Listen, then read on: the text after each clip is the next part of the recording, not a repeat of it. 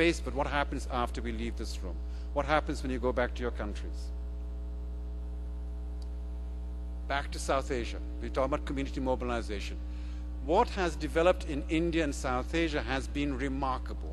And if I may so, as a British Indian or Indian British, whatever, I'm proud to be Indian born, because India has shown the way for the whole region, particularly Mr. Prasada Rao here.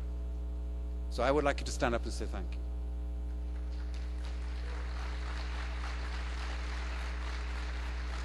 you. There were moments of conflict. In 2001, some of my staff were arrested and put into jail, and we weren't quite sure how to deal with this in terms of activism. We kept a fairly low profile because the Indian government and its various sectors can be very difficult to deal with. But Mr. Rao and his colleagues at NACO, the National AIDS Control Organization, eventually spoke up.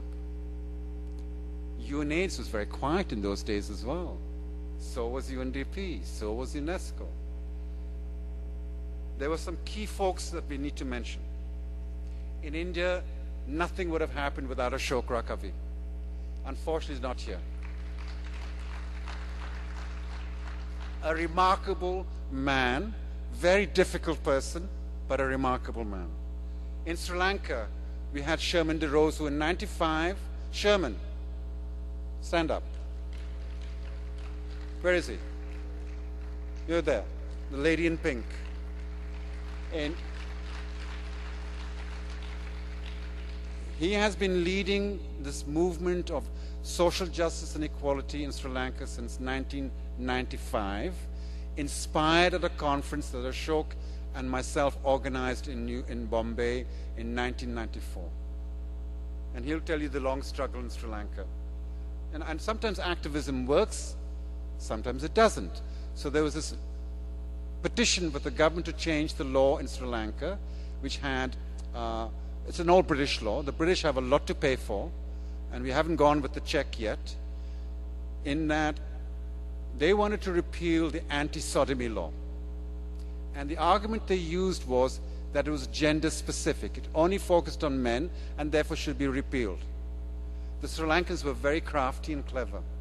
For those Sri Lankans, I apologize. They made it gender neutral and brought lesbians into the law.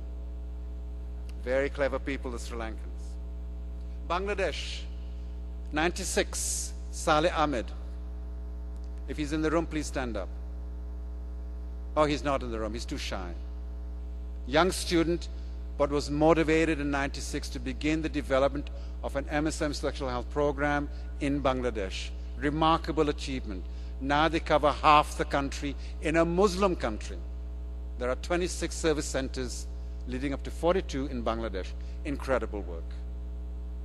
In Nepal, in 2001, Sunil Pant set up Blue Diamond Society. And you all know the story and the history of Blue Diamond Society since then. And NFI set up their regional office in 1996 to support, to encourage, to work with all of these groups and populations. So what have been those achievements? The first MSM CBO in India was 1992. And how many countries can they say that in 1992 there was an MSM CBO organization supported? And that's the Humphrey Trust. Pallav, are you here? Is Pallav here? Okay, the Indians are low. Oh yeah, Pallav, can you stand up? He's one of the new leaders. He has been mentored by the expert, Ashok Rakavi. There has been a huge growth in advocacy work in India to such a point, and Aditi is here as one of those key people getting engaged in 1999 with advocacy work, where the Delhi High Court in 2009 read down Section 377, which is this anti-sodomy law. Okay, we've been challenged in the Supreme Court, but that in itself was a remarkable achievement, which NACO, through the preliminary efforts of Mr. Prasada Rao, encouraged and spoke out at the High Court system. Through Sunil, the Supreme Court in 2009 in Nepal recognized constitutionally that there are different sexual orientations and different gender identities that should be accepted as full citizens in the country. I'm running out of time.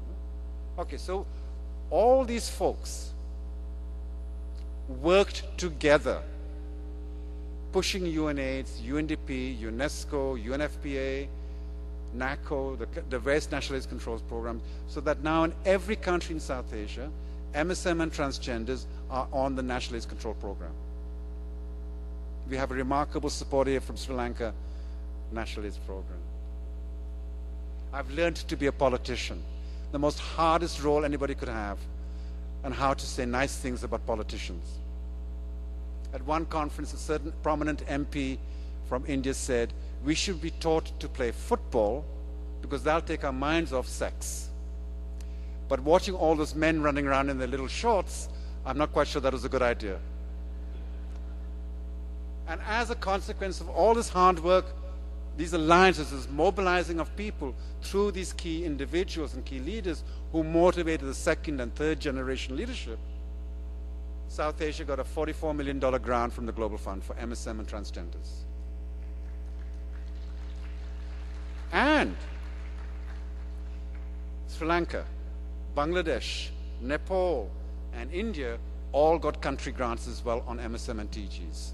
So the total value for South Asia comes to roughly about $70 million over the next 5 years. A huge investment from the international donor community.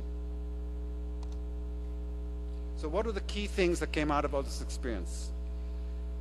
We need strong leadership. We need leaders from the transgender, from the Hijra, from the MSM, from the gay men to come together and work together. And that's our job, us oldies, Aditya, Pallab, myself, and various other folks, to encourage this new leadership. And it's happening because now India has, from the first one in '92 to over 300 MSM CBOs right across the country. We need partnerships, between us, government, the UN system, donors. It can only work in partnership if we're going to achieve our social justice requirements. We need to increase rapidly, and India now is implementing a rapid scale-up of MSM CBO services through the Global Fund. As Fritz pointed out in his presentation, we don't have knowledge. What are the issues of faith? How does faith impact on our vulnerability? How does compulsory marriage impact on our vulnerability? How does gender segregation impact on our vulnerability? And we have to work together if you're going to change the law so that punitive issues can be addressed. It's only through those alliances. And APCOM has played a significant role in that. In 2006, NACO and NFI, with a lot of partners, held the first Asia-Pacific regional consultation called Risks and Responsibilities. The original title was going to be Back to Front, because we felt that MSM were right at the bottom of the list. But there was a concern from government circles and the UN system that back to front might be misinterpreted.